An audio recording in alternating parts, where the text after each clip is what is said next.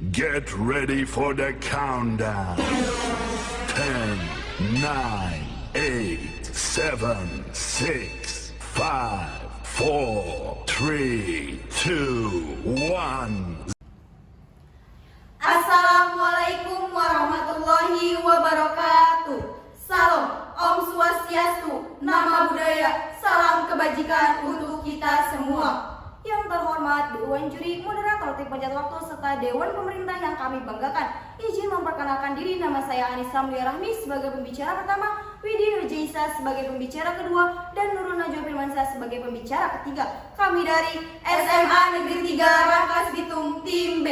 Di sini kami sebagai Dewan Oposisi tentu saja menentang akan adanya tema perdebatan kita kali ini, yaitu penerapan pembelajaran jarak jauh pasca pandemi. Dewan Juri yang terhormat serta Dewan Pemerintah yang kami banggakan, COVID-19 dan pemberlakuan pembatasan sosial telah menimbulkan rasa takut dan rasa cemas.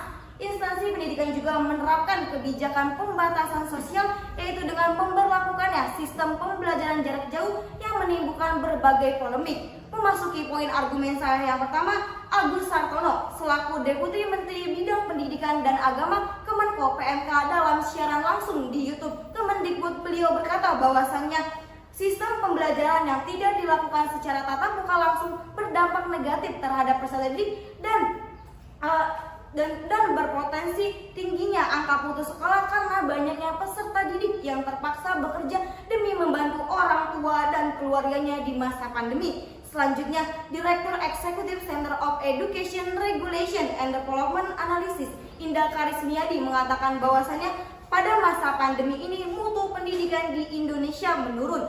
Dapat kita simpulkan bahwa penerapan pembelajaran jarak jauh ketika pandemi sangatlah tidak efektif. Lantas, jika pembelajaran jarak jauh terus diterapkan seusai pandemi, bagaimana dengan mutu dan kualitas pendidikan di Indonesia pada masa yang akan datang? Perlu Anda garis bawahi. Dewan Juri yang terhormat serta Dewan Pemerintah yang kami banggakan, ada beberapa hambatan dalam penyelenggaraan pembelajaran jarak jauh yang seharusnya menjadi pertimbangan bagi Dewan Pemerintah untuk menerapkan PJJ seusai pandemi. Dilihat dari siswa yang secara geografis terpencar-pencar sehingga mengakibatkan sulitnya bertatap muka secara langsung dengan guru maupun dengan teman-temannya, sehingga menimbulkan rasa bosan dan jenuh ketika belajar, dan hambatan lainnya berupa kurangnya fungsional dari sektor tersebut, misalnya tidak memiliki gawai dan jaringan internet yang tidak memadai, terutama di daerah-daerah pelosok. Perlu Anda garis bawahi.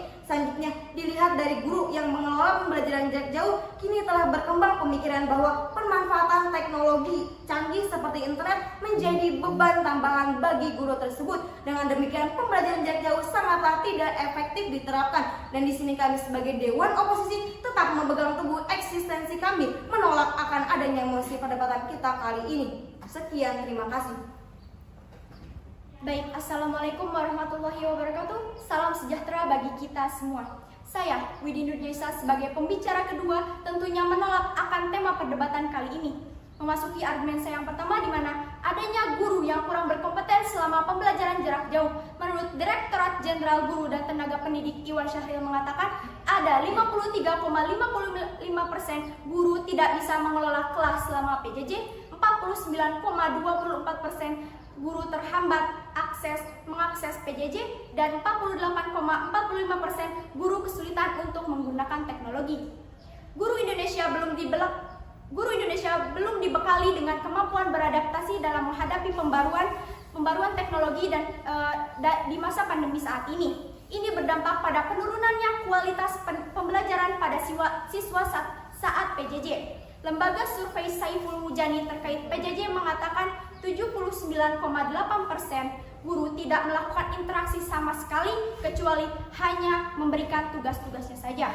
Dan itu turut dirasakan oleh saya, di mana guru hanya memberikan tugas-tugas daripada memberikan pembelajaran materi-materi yang diberikan. Padahal dalam Undang-Undang Nomor 14 Tahun 2005 tentang Guru dan Dosen Pasal 10 Ayat 1 menerangkan kompetensi guru sebagaimana meliputi kompetensi pedagogik, di mana kompetensi pedagogik adalah pemahaman terhadap peserta didik dan pelaksanaan pembelajaran.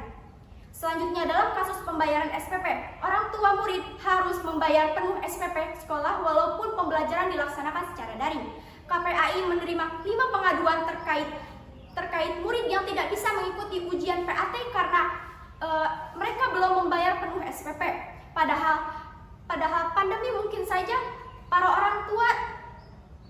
adanya pandemi mungkin saja orang tua terkena PHK dari pekerjaannya.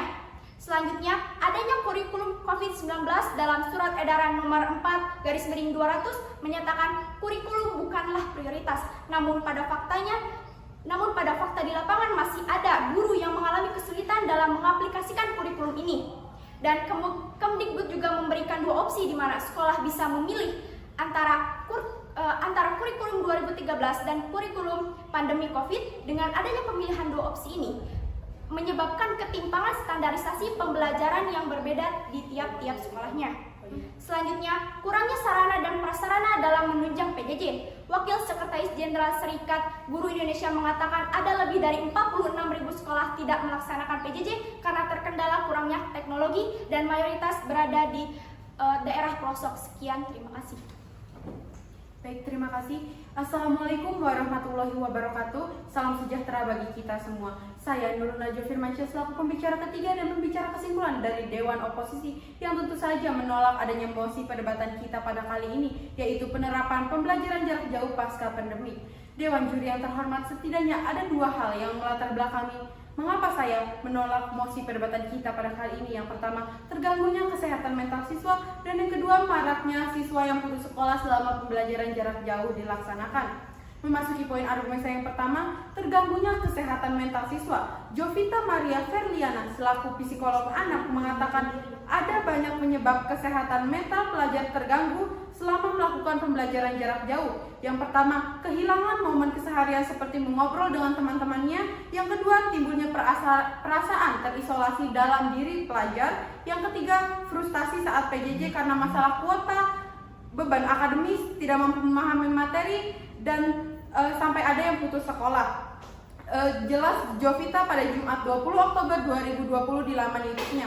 Dan fakta ini didukung dengan data survei penilaian cepat yang dilakukan oleh Satgas Penanganan COVID-19 BNPB 2020 menunjukkan bahwa 47% siswa merasa bosan di rumah, 35% siswa merasa khawatir tertinggal pelajaran, 15% siswa merasa tidak aman, 20% siswa merindukan teman-teman, 10% siswa merasa khawatir tentang kondisi ekonomi keluarganya. Perlu Anda garis bawahi. Dan saya juga membawakan contoh di mana Retno Listiarti selaku komisioner KPAI mengatakan bahwa siswa kelas 2 SMA di Kabupaten Goa nekat mengakhiri hidupnya dengan menegak racun rumput disebabkan karena mengalami depresi akibat pembelajaran jarak jauh yang dialaminya. Memasuki poin argumen saya yang kedua, maraknya siswa yang putus sekolah selama pembelajaran jarak jauh dilaksanakan. Nadiem Makarim selaku Mendikbud menyebut bahwa dampak negatif utama dari adanya pembelajaran jarak jauh yakni siswa bisa terancam putus sekolah, di mana data UNICEF mengatakan 24 juta siswa terancam putus sekolah permanen, dan fakta di Indonesia bahwasanya 7.751 siswa Cianjur putus sekolah karena pandemi dan pembelajaran jarak jauh ini, dilansir dari detik.com. Sebab banyak siswa yang terpaksa bekerja atas inisiatif pribadi atau dorongan orang tua lantaran kondisi ekonomi yang terdampak corona. Tentu saja ini bertolak belakang dengan pasal 31 ayat 1 Undang-Undang 1945 yang menyatakan bahwa setiap warga negara berhak mendapat pendidikan.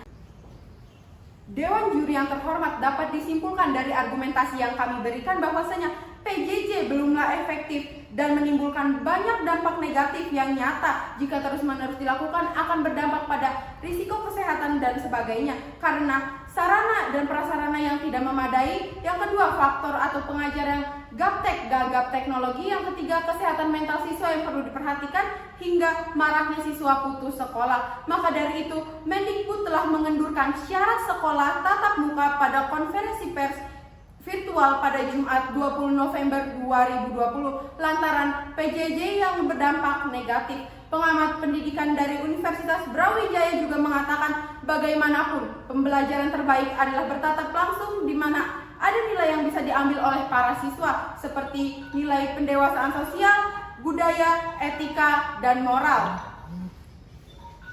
Dan kami mempercayai PJJ tidak perlu lagi dilaksanakan pasca pandemi, dan kami memiliki solusi untuk guru atau pengajar yang gagap teknologi, yaitu mengikuti pelatihan pembatik atau pembelajaran berbasis TIK untuk meningkatkan kompetisi TIK guru agar pembelajaran tidak membosankan dan efektif, karena tidak ada pembelajaran yang efektif tanpa guru yang kompeten. Jokowi pernah berkata, kebijakan apapun itu selalu perlu waktu untuk pembelajaran, tapi arahannya jelas. Dan kami, Dewan Oposisi, mengajak Dewan Juri dan Dewan Pemerintah untuk duduk bersama kami sama-sama menolak mosi perdebatan kita pada kali ini. Sekian, terima kasih.